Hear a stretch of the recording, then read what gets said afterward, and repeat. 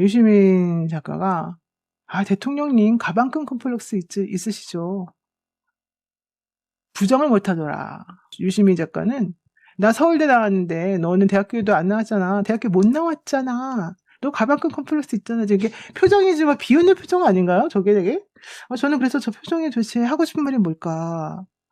왜 그럴까?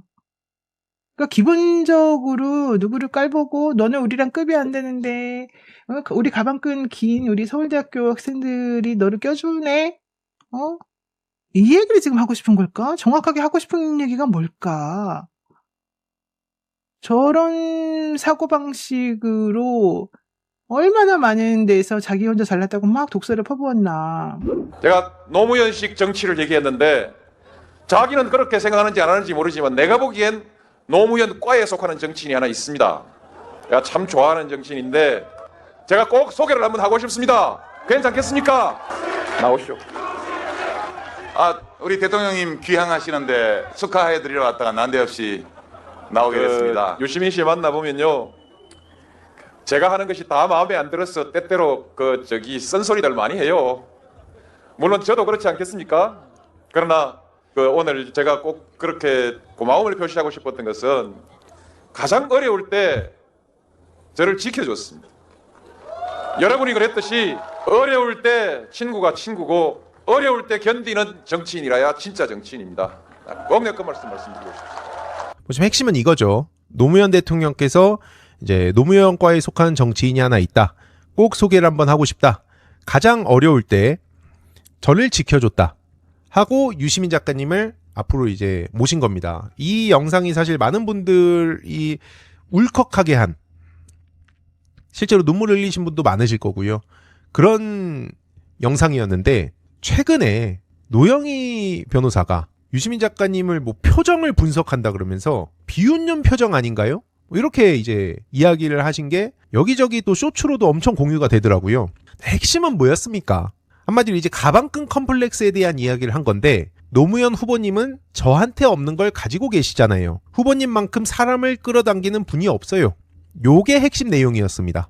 이게 핵심이었어요. 가방끈 가지고 막 무시하고 이게 핵심이 아니고, 실제로 노무현 대통령을 무시하는 분들이 민주당 내에도 엄청나게 많았고, 그러니까 이제 서울대 나온 유시민이 내가 노무현이라는 사람의 밑으로 가겠다. 노무현이라는 사람은 나한테 없는 걸 가지고 있다. 이게 원래 발언의 핵심이었습니다. 근데 갑자기 표정을 보더니 표적이 문제라 그러면서 이걸 조롱한 거라고. 그래서 이 기록의 힘이 참 중요하다고, 대단하다고 전 생각을 하는 게, 최근에 막 난리가 나서 제가 또 한번 이런 예전에 썼던 글들을 돌아봤습니다. 유시민 이사장이 말하는 노무현 정신, 21년도 9월 글인데요. 한마디로 제가 노무현 재단 이사 역할을 시작하고 나서 요 글을 썼던 겁니다. 노무현 시대를 겪지 않은 오늘날 청소년들에게 어떻게 노무현 정신을 온전히 전달할 수 있을까? 이걸 고민하면서 썼던 글이에요. 5년 전 얘기죠. 그래서 제가 노무현 대통령 서거 10주기 특집 당시에 유시민 노무현재단 이사장의 해석과 말씀이 크게 와닿아서 그 내용을 제가 이제 언급을 했던 겁니다. 노무현 정신이 뭐냐? 이건 단순히 대통령을 그리워하는 데 있는 게 아니다 라고 이야기를 하셨고요. 그래서 제가 인상이 깊어서 그 내용을 정리를 해서 공유를 했었습니다. 5년 전에 공유했던 내용이죠. 김대중, 노무현, 문재인 대통령, 이 세 분의 대통령이 집권한 기간이 12년이다. 무슨 시대 정신이 5년마다 바뀌겠냐? 그래서 김대중 대통령부터 뿌리가 이어져서 그때 당시에 3대 위기론을 말씀하신 게 민주주의 위기, 서민경제 위기, 남북경제 위기. 한마디로 민주주의, 고루 잘 사는 나라, 한반도 평화. 이 세 가지가 민주 진보 진영에 있는 핵심 시대 정신이라는 거예요. 그게 이제 쭉 이어지고 있는 상황입니다. 근데 문제는 뭐냐? 그럼 이 세 가지를 어떻게 이룰 건데? 라고 봤을 때 노무현 대통령께서 말씀하신 게 그걸 이룰 수 있는 힘은 대통령에게 있는 게 아니고 깨어있는 시민의 조직된 힘에 있는 거다. 그래서 제가 여기에 영감을 얻어서 실제 강의 다니고 결국 이 인지전 문제도 똑같은 방식으로 해법을 찾아야 된다. 정치인들 몇몇이 움직여가지고 이 인지전 문제를 해결할 수 있는 게 아니고 법과 제도도 중요하지만 결국 다수의 국민들이 이 문제의식을 가지게 하는 게 훨씬 중요하다. 그래서 제가 청년 최고위원 나와달라 이런 요구들을 하시고 배지를 달아라 이런 말씀을 하실 때 그 생각이 다르다고 말씀을 드린 겁니다.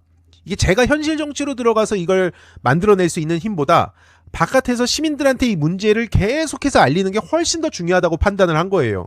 그래서 민주공화국의 주권자로서 권리와 의무가 뭔지를 깨닫고 내 삶에 진행되고 있는 영향을 미치는 많은 일들이 왜 이렇게 됐는지를 알고 누가 어떤 방식으로 이 문제를 해결해 가자고 하는지 이야기를 듣고 내가 생각하기에 올바른 해법을 제안하는 사람들이나 정치 세력을 중심으로 연대하고 결속하고 우리가 가진 헌법 질서를 통해서 그걸 구현하는 거다. 이게 유시민 작가님이 이야기한 노무현 정신입니다. 이게 정답이라는 게 아니에요.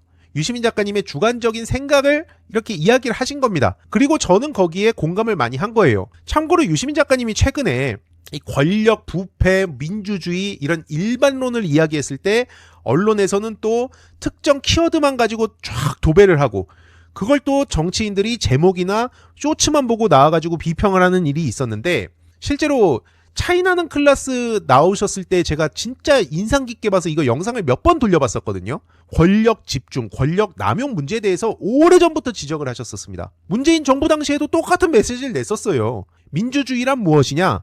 자기의 권리와 의무가 무엇인지 알고 권리를 충분히 행사하고 의무를 충실히 다하겠다는 주권자로서의 각성과 의지를 가지는 게 굉장히 중요하다는 이 시민들이 이뤄내는 제도가 민주주의다. 그래서 제가 이때 당시에 청년단체를 운영하면서 청년문화포럼 운영하면서 청년들이 한 200명 정도 있을 때 이게 굉장히 인상 깊게 와닿아가지고 그래서 제가 이 미시 파시즘 문제를 유시민 작가님 덕분에 알게 된 거예요. 겉으로는 독재 타도를 외치지만 일상 속의 독재. 이게 대학가 문화에도 퍼져 있고 진짜 학교, 일상, 뭐 어떤 모임, 조직 이런 데에 파다하게 퍼져 있어서 이 일상 속 독재를 그러면 어떻게 해결할 수 있을까를 이때 당시에 유시민 작가님을 보고 영향을 받은 거예요. 이 차이나는 클래스를 보고 모든 권력은 국민으로부터 나온다. 그래서 민주주의는 가장 덜 나쁜 제도다. 이게 가장 완벽한 제도가 아닙니다. 그래서 우리가 민주주의를 외치는 게 아니죠. 침해받을 수 없는 권리, 이 기본권이 또 왜 중요한가? 특히 민주주의는 번복할 수 없는 결정을 허용하지 않는다. 등등등. 혹시 이걸 못 보신 분들이 계신다면 아니면 최근에 유시민 작가님의 발언이 이상하다고 혹시 생각하신다면 이 내용을 차이나는 클래스를 한번 다시 보시면 그때랑 지금 똑같은 내용의 이야기를 하고 있다는 걸 확인하실 수가 있습니다. 뿐만 아니라 21년 5월에 대화의 희열 유시민 이사장 편을 또 봤던 거를 남긴 게 있는데 핵심은 뭐냐면 두려움에도 불구하고 행한다. 이 한 줄이 제 가슴을 또 울린 거예요. 그래서 제가 나도 그러면 뭐 이명박 국정원이든 뭐 윤석열 국정원이든 국정원이란 조직이 무서운데 너 왜 그렇게까지 그렇게 싸우냐? 너 왜 그렇게 피곤하게 사냐? 이런 얘기를 하는 경우가 있어서 그 글을 남긴 겁니다. 여러 이유가 있겠지만 개혁에 앞장섰던 분들에 대한 마음의 빚 이게 있어서 제가 이렇게 나서게 된 거예요. 작은 돌 하나 정도 쌓는 게 제 역할이라고 생각하는 겁니다. 제가 뭐 역사적 사명을 띠고 태어났다고 생각도 안 하고 특히 이때도 제가 21년 5년 전에 어떤 글을 남겼냐면 영웅 심리에 취해서 오직 나만 뭐를 해결할 수 있다. 이런 독선에 빠진 사람들 보면 참 안타깝다. 저는 예전에도 그랬지만 최근에도 말씀드렸듯이 저 혼자서 이 온라인 공론장을 청소할 수 있다고 생각하지 않습니다. 뭐 황희도만 유일하게 뭐 인지적 문제를 어쩌고저쩌고 이렇게 생각하지도 않아요. 많은 분들이 함께 했기 때문에 여기까지 겨우겨우 올 수 있었던 거라고 봅니다. 일베 문제를 어떻게 상식적으로 저 혼자 해결합니까? 일베에서 좌표 찍기를 할 때 그거에 맞서서 댓글을 남겨주신 분들이 계셨기 때문에 그 덕분에 버틸 수 있었던 거고요. 인지전 전문가라든지 국정원이라든지 정보사라든지 AI 쪽이라든지 뭐 리박스쿨 제보자라든지 이런 전문가분들이 또 저한테 제보도 해주시고 뭐 사이버 쪽에 이제 전문가분들도 저한테 또 연락을 주시고 법적으로 이걸 어떻게 해결할지 그런 전문가들도 연락을 주시고 해서 그게 누적이 돼서 여기까지 올 수 있었던 거예요. 어떻게 제 혼자서 이걸 해결하겠습니까? 근데 가끔 보면 내가 혼자 이걸 싸웠다 이런 표현들이 나오더라고요. 말이 안 되는 얘기입니다. 누가 되더라도. 설령 이게 노무현 대통령의 말씀이 그래서 중요하다 보는데 결국 깨어있는 시민의 조직된 힘이 중요하다는 거예요. 그러니까 당연히 기득권 입장에서 어떻겠습니까? 그 깨어있는 시민의 힘을 박살내고 싶겠죠. 참고로 유시민 작가님이 지금 뭐 아까 보여드렸듯이 1호선 뭐 단소가 어쩌고 이런 식으로 조롱을 당하고 있는데 20대의 유시민입니다.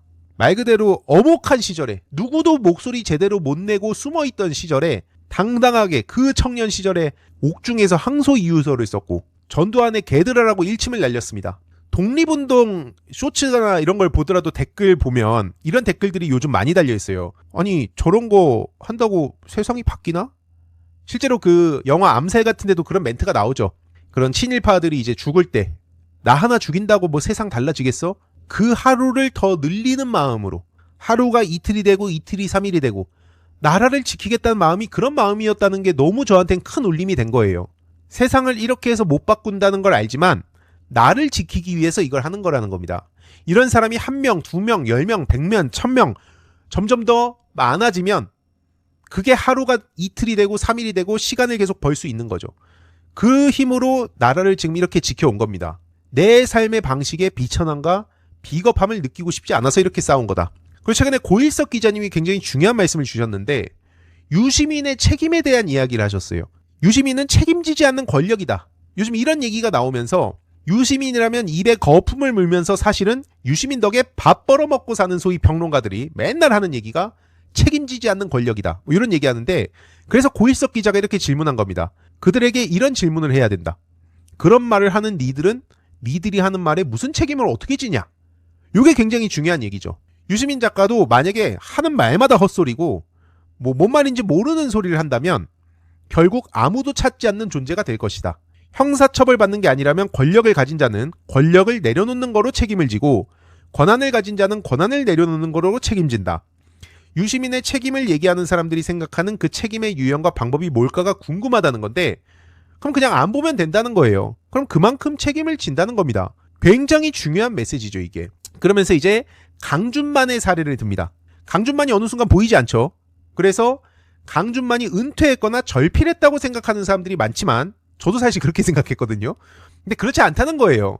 강준만을 구글에 검색해보면 자그마치 3개나 되는 메이저 매체에 정기적으로 기명 칼럼을 기고하고 있다는 겁니다. 근데 왜 사라진 것처럼 생각이 될까?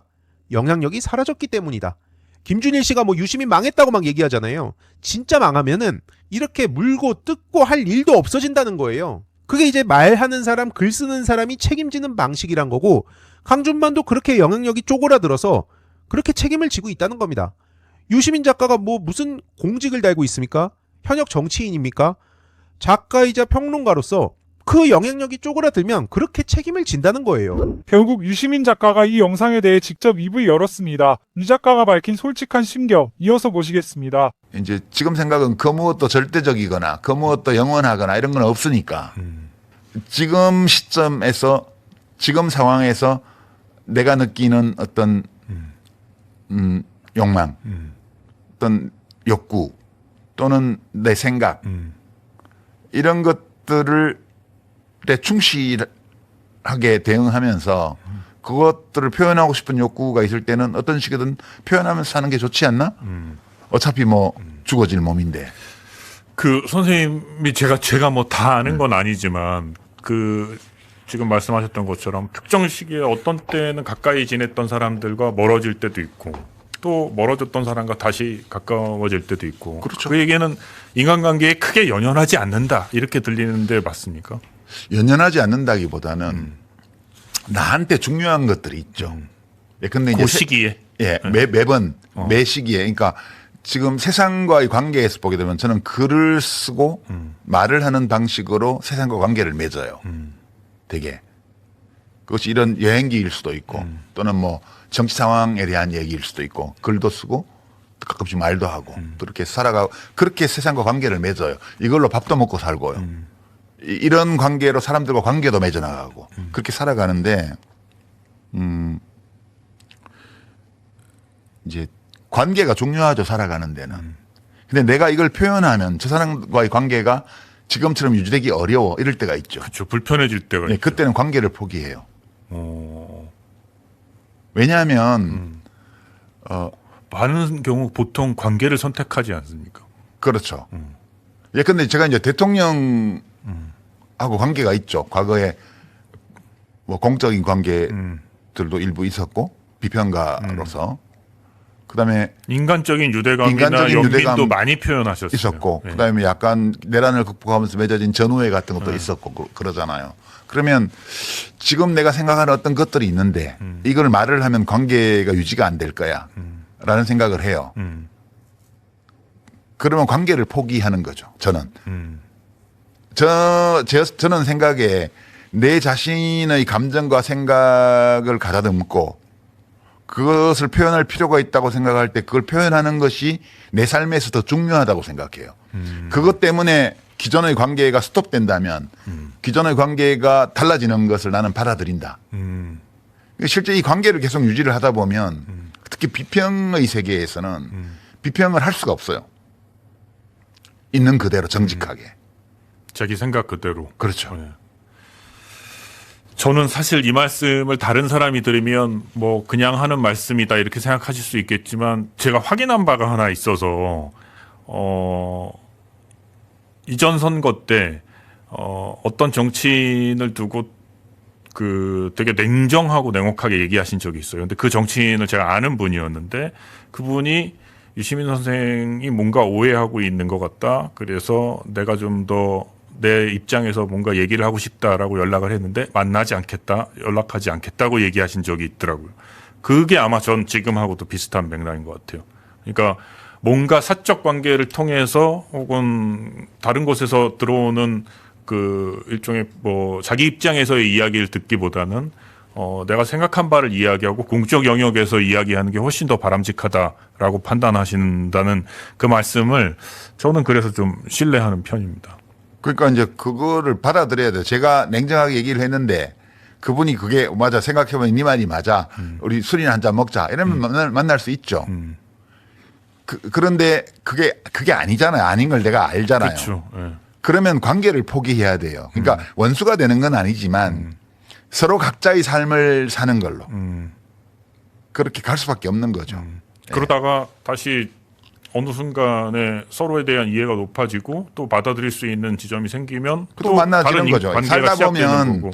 길이 갈라질 때 서로 다른 길을 갔다가 가다 봤는데 또 만나게 되면 또 만나지면 그것도 받아들이는 거죠. 그거 되게 다 그렇지 않습니까? 되게 다 그렇게 사는 거예요. 제가 보니까 뭐 어른들도 보면 다시는 안 만나겠다고 하고 한 10년쯤 지나면 같이 또 소주 한잔 하는 모습들도 많이 보게 되던데. 그러니까 이제 받아들이는 거죠. 아, 지금은 다른 길을 가야 되나 보다. 이게 다른 길을 가기 때문에 난 쟤가 싫어, 미워 이게 아니고 어쩔 수 없어. 살다 보면 다른 길을 갈 때도 있는 거지. 예, 그렇게 하는 거죠. 그러니까 누가 싫어지면 그 사람을 무슨 제가 도덕적으로 평가하는 것보다 나하고 안 맞아졌구나. 그러면 어쩔 수 없지. 그리고 이렇게 다른 길을 가는 거를 받아들여야지 내가 뭐 어떡하겠어 이거를.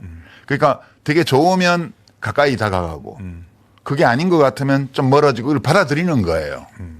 그러니까 그게 참 다르신 것 같아요. 그러니까 보통은 애정을 잘 주지도 않고 또 애정을 잘 확인받지도 않는 스타일의 사람이 있는데 그게 어떤 면에서는 안전하고 거리를 확보하는데 유리하니까. 근데 유시민 선생님은 좋을 때는 막 좋아하고 아닐 때는 또 그냥 별로예요. 그렇죠. 각자가 자기 인생 사는 건데 네. 그게 한 시기에 서로 마음이 맞아서 전우회적으로 맺어졌다고 해서 그것이 영원히 가야 되는 건 아니거든요. 영원히 갈 수도 없어요. 그렇죠. 그러면 이제 지금은 서로 다른 판단을 했고 그래서 가는 길이 달라지는구나.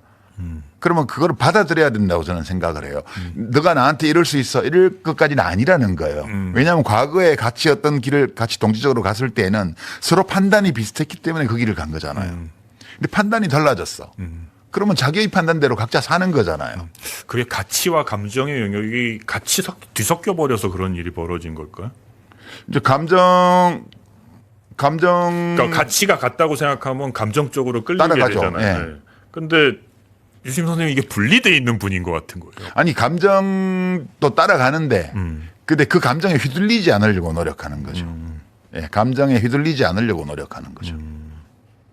감정이야 뭐 내 마음대로 되는 게 아니고 그냥 생기는 거잖아요. 그쵸. 그럴 때 약간 그 메타인지라고 그러죠. 그거를 자기 객관화라고도 얘기를 하고 그렇게 하면서 이 감정은 이렇게 해서 나한테 생기는 거야.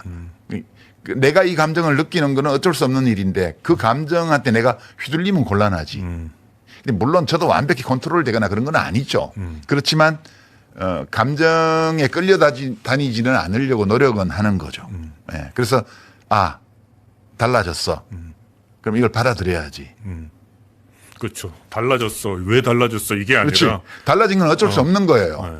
서로 선자리가 다르면 보는 시야가 달라질 수 있고 누가 옳고 누가 뭐 그런지는 모르지만 어쨌든 달라진 건 달라진 거고 서로 달라진 거고 그러면 각자 자기가 옳다고 생각하는 바를 따라서 갈 수밖에 없는 거잖아 우리 인생이. 그럴 때 헤어지고 만나고 이런 것들을 불가피하고 자연스러운 일로 받아들인다. 저는 그런 입장인 거죠. 저도 그런 태도가 부럽기도 하고 제가 잘 못하는 부분이기도 하고 그러니까 뭐 시간이 좀 더 흐르면 또 다른 부분에서 이해가 같거나 혹은 생각이 같아질 수도 있는 거고 그렇죠. 예. 또 다른 부분에서 갈라질 수도 있는 건데 너무 딱 지금 현재의 상황만 놓고 보고 정말 그 사람을 막 뭐라 할 건 아닌 것 같다. 제가 이제 최근에 이렇게 비평 저널리즘 이런 쪽에 이렇게 보고 있으면 약간 기분이 이제 처참해지는 건 사실이죠. 사람들이 왜 저럴까. 그냥 의견 차이가 있으면 의견 차이에 대해서 이야기하고 말면 될 일이지. 그거를 사실상 인신공격으로 이렇게 하는 경우가 많잖아요. 많죠. 예. 심지어는 뭐 어떤 사람은 제가 노무현 대통령 무슨 가방끈 컴플렉스에 대해서 그 다큐 영화에 제가 나와서 얘기했던 거 있잖아요. 그거를 앞만 탁 잘라가지고 그렇게 하는 걸 봤는데 좀 끔찍하더라고요. 저는 그거 보면서 이제 대응을 안 하는 거는 저와 노무현 대통령과 있었던 일들을 어느 정도 아는 사람이라면 그것이 얼마나 사악한 왜곡인지를 알 거기 때문에 그냥 뭐 놔두지 뭐 이렇게 하는데 이제 그런 장면들을 이렇게 보면 이제 아까 고야 얘기하면서 했는데 인간이 가지고 있는 이 내면의 끔찍한 면이 있잖아요. 그런 것들을 좀 보게 되죠. 사실 오늘 그 4개의 지역에 이런 내용들의 질문들을 넣어놨었다가 제가 진행을 하다 보니까 이게 서로 너무 안 붙고 네, 안 붙어요. 안 붙고 또 여행 얘기하는 걸 너무 행복한 표정으로 하시는 분한테 다른 질문을 하기가 참 애매한데 요 말씀은 오늘 꼭 드리고 마치도록 하겠습니다. 지금 비평의 이 과정과 논쟁 사이에서 느끼는 그 감정을 얘기하셨잖아요. 유시민 선생을 좋아하는 저 같은 사람들은 어떤 감정을 느끼는지 아세요? 너무 짜증이 나고 좀 뭐랄까 화가 나요. 왜 그런 이야기를 듣고 계실까? 그러니까 그 얘기에 반박을 하라는 게 아니라 이 상황이 그럼 뭐 어쩔 수 없죠. 화가 나는 거죠. 네. 많은 분들이 아마 비슷한 감정을 느끼실 거라고 생각합니다. 살다 보면 이런 일도 있고 저런 일도 있고 다 있는 거죠. 네. 뭐 왜 그런 이야기를 하셨는지 그 이후의 논란의 과정 혹은 논의의 과정들을 알고 있지만 그거 다 차치하고 유시민 선생이 이런 말을 듣는 그 상황이 화가 나는 거죠. 그 인간 세상이 원래 이래요. 그렇게 생각해야 되지. 우리가 이게 역사책에서 보던 상황이에요. 이런 게 다. 우리가 옛날 뭐 조선시대 뭐 이런 얘기 이런 거 보다 보면 뭐 고대 그리스의 어떤 전쟁 이런 거 보다 보면 이 비슷한 상황이 많이 나오잖아요. 자신의 욕망이나 이런 것들 때문에 어떻게 타인의 그 어떤 이야기를 왜곡하고 모함하고 옛날에 무슨 조광조 사건 이런 게 다 그런 거잖아요. 그런 일들이 지금도 이제 정도와 양상은 다르지만 그 기본 패턴은 동일합니다. 그래도 지금은 뭐 권력자 눈 밖에 났다고 해서 데려다가 목 잘라 죽이는 세상은 아니잖아요. 됐지 뭐. 예. 하여튼 그거 뭐 아실이라고 생각은 합니다만 유시민이 왜 이런 말을 들어야 되지 이 상황에 대한 화가 나는 사람들이 꽤 있다. 저를 뭐 온몸에 폭탄 두르고 시장통에 뛰어드는 자폭 테러범처럼 묘사하는 분들도 있어요. 별의별 이야기들이 다 있죠. 예. 예, 이런 때일수록 앞에 하셨던 말씀들 특히 자신의 감정과 또 자기의 생각을 분리해서 때로는 가깝게 지냈던 사람들 혹은 동일한 가치를 위해 추구했던 사람들도 어떤 때는 입장이 달랐으면 멀어질 수도 있고. 그럼요. 예, 그리고 나서 다시 또 하나로 만들어낼 수도 있고. 부부들이 오래 살다가 이혼하는 경우에도 이혼하고 나서도 그냥 잘 아는 사람처럼 지내는 커플도 있지만 서로 원수가 돼서 막 법정에 가서 막 그런 경우도 있잖아요. 어느 게 나아요? 그래도 같이 지내는 게 그렇죠. 그냥 원수가 아닌 게 낫죠. 예. 쿨하게 갈라서고 각자 행복을 빌면서 그렇게 살아가는 게 가끔 필요하면 애들 때문에 연락도 하고 그렇게 지내는 게 좋잖아요. 저도 거기에 동의하는 게 그렇다고 해서 그 관계를 유지하기 위해서 그 자기가 할 말 혹은 하는 생각, 해야 하는 생각 이런 것들을 하지 않고 꾹 참으면 결국은 나중에 더 크게 터지더라고요. 와이프한테는 그냥 다 얘기하는 게 차라리 낫더라고요. 예, 그렇죠. 예. 상황이 이렇게 흘러가자 많은 네티즌들이 노영희 TV 라이브 방송에서 유 작가에게 사과하라고 요구했는데 과연 노영희는 사과를 했을까요? 김영진님이 저보고 유시민 작가에게 사과하라 그러셨는데요. 왜 사과를 해야 되죠, 제가? 유시민 작가님은 다른 사람들에게 뭐 촉법이니 용역이니 그렇게 말하는 건 괜찮은 건가요? 대통령 필패할 거라고 말하는 건 괜찮은 겁니까? 김영준님께서 굳이 저에게 사과를 하라고 하시는 이유가 정확히 뭘까요? 뭐 맥락을 보지 않고 그것만 똑 띄어가지고 말했기 때문이라는 뜻이겠죠? 그러나 그렇게 말을 하자면 저도 할 말이 있죠. 이거는 각자가 생각하는 그 부분에 대한 얘기니까 물론 뭐 기분을 상하실 수 있습니다. 또 그렇게 저하고 같은 생각 아닌 분들도 있으실 거고요. 그러나 그렇다고 해서 제가 유시민 작가에게 사과해야 될 이유는 전혀 없다고 생각합니다. 유시민 작가가 다른 사람들에게 함부로 말하고 함부로 뇌도 없이 다른 사람들이 뭐 누구의 오더를 받아서 말하는 사람이라는 식으로 말한 거, 또 그동안에 김대중 대통령이나 뭐 솔직히 노무현 대통령이나 이재명 대통령에게 함부로 했던 거, 그동안에 파묘됐던 거 진짜 많아요. 제가 그동안에 말을 안 해서 그런 거지. 그분은 그럴 때 자기가 사과했나요? 자기는 영향력 없는 작가라 그러면서 넘어갔잖아요. 그러나 그분은 영향력 없지 않습니다. 나 같은 핫바리 유튜버하고는 차원이 다르죠. 그분은 장관도 했고 국회의원도 했고 대한민국에서 엄청나게 정말 이 모든 이 영역의 역사를 다 기록하기도 하고 본인이 만들어내기도 했던 사람이잖아요. 저하고는 차원이 다르죠. 저는 저에게 사과하라고 하시는 분은 이해가 안 가고요. 만약에 제가 그동안에 했었던 여러 가지 것들 중에서 이 부분에 대해서 이해를 못하고 저에 대해서 욕하고 싶으신 분은 욕하십시오. 그러나 저는 저에게 이렇게 편파적으로 얘기하면서 마치 뭔가 엄청난 신격화된 인물에게 못할 말 한 사람인 것처럼 얘기하는 거 받아들일 수 없습니다. 어떤 부분이 문제라고 하는지 정확히 얘기를 하십시오, 그러면. 네. 누구는 자기네 편이고 누구는 자기네가 막 이렇게 해줬기 때문에 괜찮습니까? 누구는 막 함부로 막 얘기를 들어도 되는 사람입니까? 절대 그렇지 않습니다. 저는 그거는 옳지 않다고 생각합니다. 평론하는 사람이 평론하는 사람으로서 제가 심리학 전공한 사람으로서 제가 그동안에 보았던 거, 제가 평가했던 걸 얘기하는 것입니다.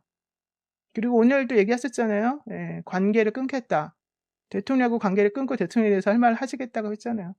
그렇다고 해서 지금 대통령이 1년밖에 안 됐는데 대통령을 그렇게 까면서 필패한다. 대통령에 대해서 그렇게 저주의 언어를 퍼붓는 건 괜찮고 그런 상황에서 이런저런 얘기하는 사람들은 다 용역이라고 그러고 촉법이라고 그러고 그렇게 무시해 놓고 본인의 상황에 대해서는 맥락을 안 만들어주고 왜 나에 대해서 이렇게 오해하냐 이러면서 화를 낸다고요? 그리고 그걸 잘못했다고 하면서 그거를 사과하라고요? 저는 그건 아니라고 생각합니다. 싫으면 어쩔 수 없는 거죠. 그러나 저 분명히 할 말이 있습니다. 애정을 가지고 있던 사람으로서 그러면 그런 모든 것들에 대해서 섭섭하다고 할 수도 있는 것이고 속상하다고 할 수도 있는 것이지요. 예. 누구는 그렇게 막 신성시되고 누구는 막 맹목적으로 추앙되어지고 그런 존재가 아닙니다. 그분이 가지고 있는 개인적인 여러 가지 것들 다 계산해가지고 보면 답이 나오는 부분들이 있는데 항상 제가 말씀드리잖아요. 절대 선도 없고 절대 악도 없다. 그 누구도 무조건 옳지만 않고 그 누구도 무조건 틀리지만 않습니다. 누구라도 옳은 게 있고 틀린 게 있습니다. 근데 항상 그 타이밍이나 이런 걸 맞춰서 해야 된다고. 전 처음에 이 싸움에 끼어들고 싶지 않았어요. 그래서 제가 안 끼어들었어요. 안 끼어들고 지방선거까지 제가 버텼어요. 왜? 지방선거에서 이겨야 되니까. 근데 지방선거를 그렇게 해놓고 서울시장 선거까지 다 져놓고 계속 자기는 잘했다 그러고 대통령하고 뭐 청와대랑 무슨 교감이 있었던 것들은 계속 뭐 내가 할 말이 많은데 할 말 못하고 있습니다. 안 합니다. 이러면서 자꾸 뭔가 이상하게 의문스럽게 행동하는 그분을 맹목적으로 지지해야 된다? 저는 그렇게 생각하지 않습니다. 제가 처음부터 저는 제가 경공을 나가더라도 유시민 작가 말에 동의하지 않는다. 분명히 말했고 정청래 대표 그렇게 하는 거 맞지 않다 말씀드렸고 그렇지만 그럼에도 불구하고 내부 총질하는 거 싫기 때문에 내부 총질 나는 안 한다. 제발 싸우지 말자라고 말했는데 제가 그렇게 말하니까 사람들이 다 비웃었잖아요. 와가지고 막 몰려들면서 그런 것들에 대해서 그럼 사과 안 하나요? 그런 건 필요가 없는 겁니다. 무슨 사과를 합니까? 본인의 생각이 그러면 그런 거지. 그러니까 그런 걸 가지고서 자꾸 이렇게 좀 단편적으로 일차원적으로 생각해서 막 누가 욕한다고 막 부화내동하고 따라다니면서 욕하고 그런 거 하지 마세요. 본인이 한번 잘 생각해 보세요. 누구의 말이 맞는 것이고 누구의 판단이 정말로 다른 사람들하고 같이 가는 것인지를. 이번에 정청래 대표 하는 것이 맞습니까? 저는 아니라고 생각해요.